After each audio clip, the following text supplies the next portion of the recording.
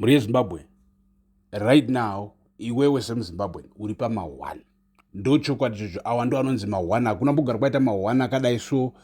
Mugabe wakauya haana kumbogara aita ma1 akadai so, but tiri pama1 ipapapo. Zimbabwe yese iri kungoti Chiwenga, and Chiwenga right now is the hope, and haasi kumira mufesu. And zvinhu zvaitwa naChiwenga muri Zimbabwe ka zviri kupa vanhu hope, and nyika yese right now iri kupembera. Inzwai munzwe, right? Muri Zimbabwe ndoda kutaridzai something.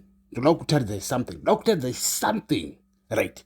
First of all, regai ndimbokutangirai kuno big prophet, prophet Makandiyo. Mufesu anonzi Makandiyo aiva akamira ana Mnangagwa achipusha nyaya dzaMnangagwa 2023. Remember achitotaura kuti kwanzi unoda kuuya uchikanganisa zvinhu, isi takagukuchira panapa, achireva chichamisa kuti chamisa haungapindi paupresident, isi takagukuchira, maybe mamaina vanenge vachireva vagukuchira. But right now he have changed the speech.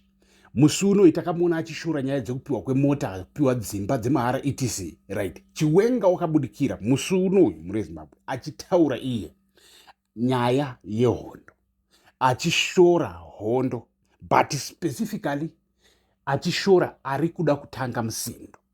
Muri Zimbabwe patiri pakaoma. Ndoda kumbokubatisai because ini ndotaura, ini kana kutaura politics ka ndoda kutaura politics. Nobody in Zimbabwe can speak politics the way I do.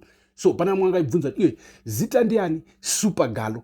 This is Super Galo, your boy Super Galo. Pana pamuzinda wevanhu, right? Super Galo, your boy Super Galo. Gai tichipindirai nepolitics because tinotaura politics senge tikuda kuita mapresident. As a matter of fact, at some point muchatondivhotera muri Zimbabwe. I know because you know toziva choniki. Gai tichipindirai muri Zimbabwe tikubatisei, right?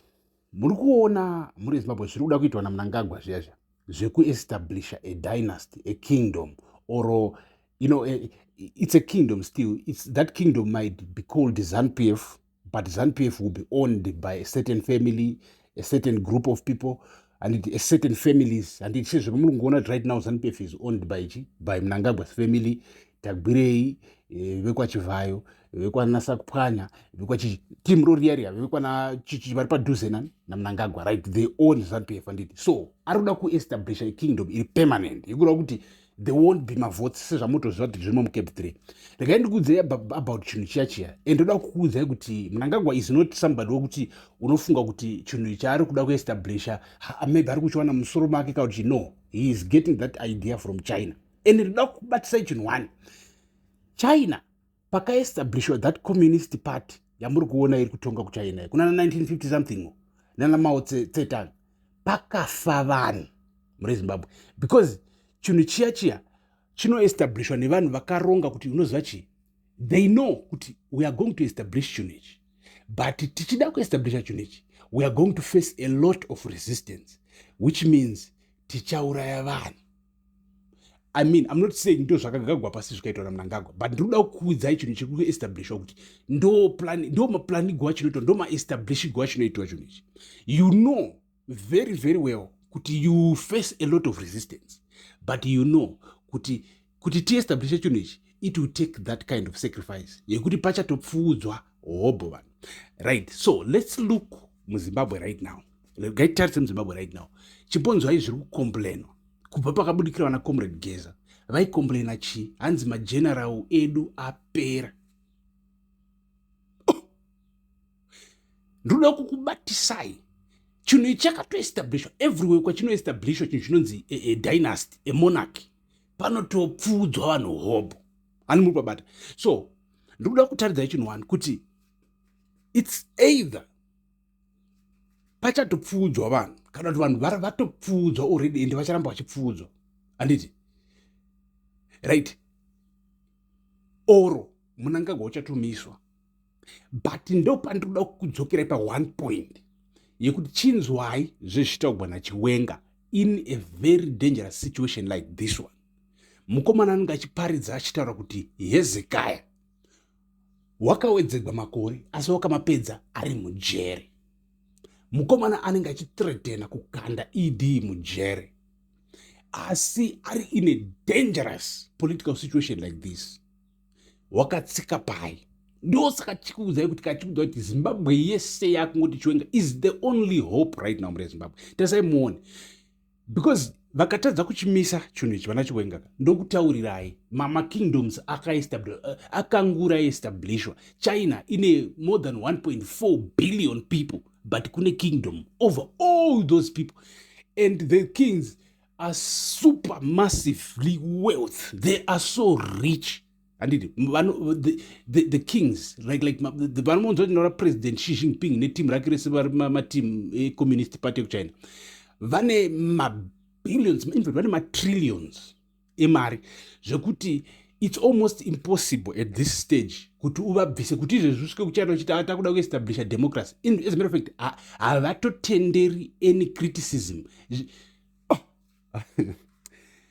Handi munoona team renge richibudikira muZimbabwe richiti kwanzi I'm the presidential anti-criticism committee. Hanzi trichi presidential anti-criticism committee or something. That's not a joke mure Zimbabwe. Ndo inonzi China iyaye. Asima jokes haya, asima funnies. Zvinhu zvokutoti ndo zviruda kutoestablishwa muZimbabwe right now. Pamwe mchinzwa kuti nzwanzi tikuinda ku Herbert Chitepo School of Ideology. What do you think vari kudzidzisa vanhu ikoko? Tasaoneka meya ke muHarare aka kanonzanaka Jacob Mafume. Jacob Mafume. Oro ndikukangasa mazita. I know ndopupura chikangasa pana umwe anonzi chakachana, but I think ndiri right. Jacob Mafume oro kandisi right. Umwe wacho iye meya muHarare Triple C chakaendiswa ku School of Ideology. Iko zvinhu izvi changuva chimunhu cheZANU-PF. Mure Zimbabwe ndikuda kukubatisai kuti mukaona Chiwenga achisimuka achitaura zvari kutaura zviya, believe kuti this guy une madzini esimbi. Une madzini esimbi straight, because situation yaari yakaoma, but ari kuziva pakatsika, and as of right now he is the only hope.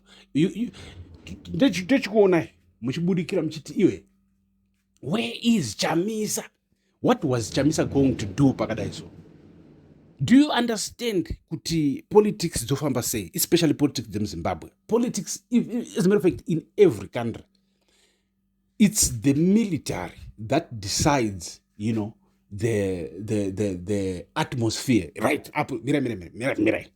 Munoona yamunoti mimi iya American military. That military is so good, you just don't know. You talk all kinds of stuff about America.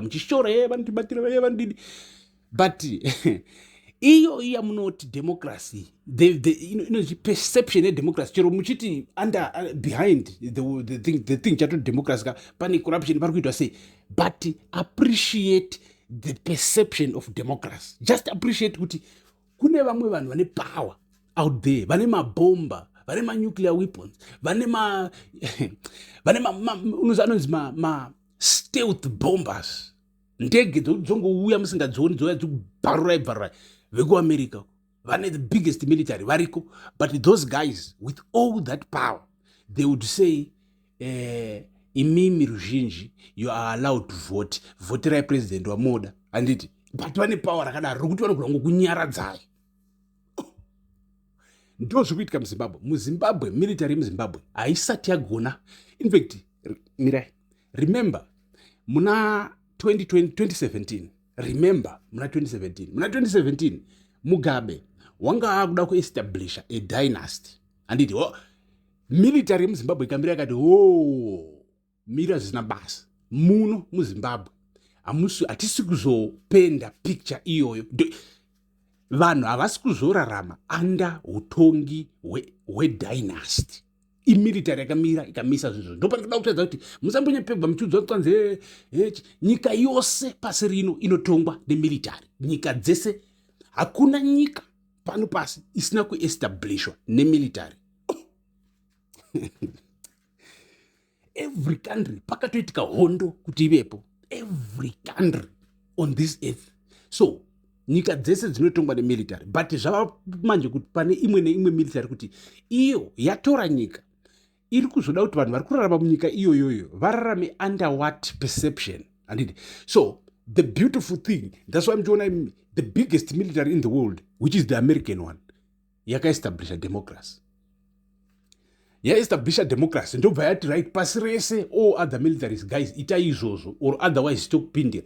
But problem ndekuti haina capacity yekutonga pasi rese because vana China vari koko they also have massive military hani mabata and vane system yavo yegovernance iri dictatorial isina basa nokwanisa iri dictatorial iri one man strong man one powerful man mose motevera zvari kuita and they are big and they are still becoming big hani mupona so America has got no option haingagoni kuti kwai tikunopinda muchina tomisa zvechidictator haigoni and because China were massive and China iri kusapota vamwe vakafanana nani nayo ndosaka muchiona imimi zvinyika zvakaita sana North Korea. In fact North Korea chinyika but chine army iri very very powerful but chikingdom chimonarchy ani muri babata ndosaka muchiona imimi anybody nyika dzese dzenge da kutanga kuita zvisina basa dzotanga kuwirirana na China dzotanga kuwirirana na Russia because those kuti they get the support from the otherwise vana America vanoyava kuti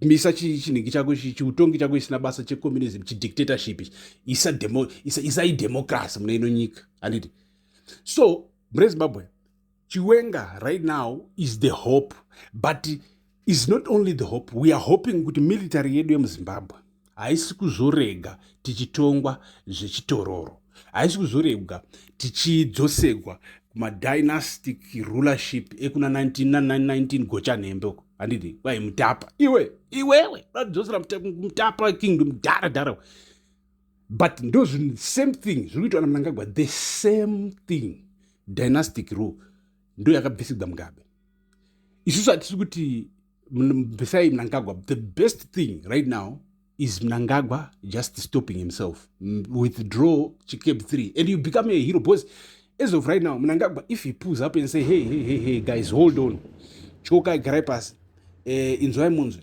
inini handambogara ndada kupinda kuna 2030 ndakakudza kuti in 2028 achiuya because wakazvitaura kazi 2028 achiuya I'm going to rest people sing praise songs votanga kutoti vana ziyambi takanguri takakura ndo vainyengera president pasinavo Mnangagwa pachake he becomes a hero for the Zimbabwe if he does that if he withdraws Keb 3 right now unoita chihero and so that's the best way forward that's the best solution to Zimbabwe's political situation right now pano pamuzinda wevanhu tiri kuzvitaura ende vanhu vese vari kungoti Chiwenga it's mose moziva kuti munhu wese ari kungoti Chiwenga right now looking at Chiwenga achitaura kuti mirai zvekuda kuisa hondo ukaona uchida hondo unenge usati wabverenyurwa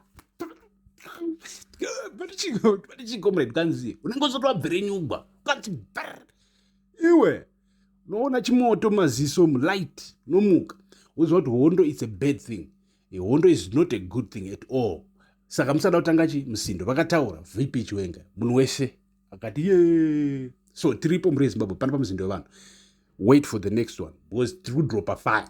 Thank you for watching. Peace.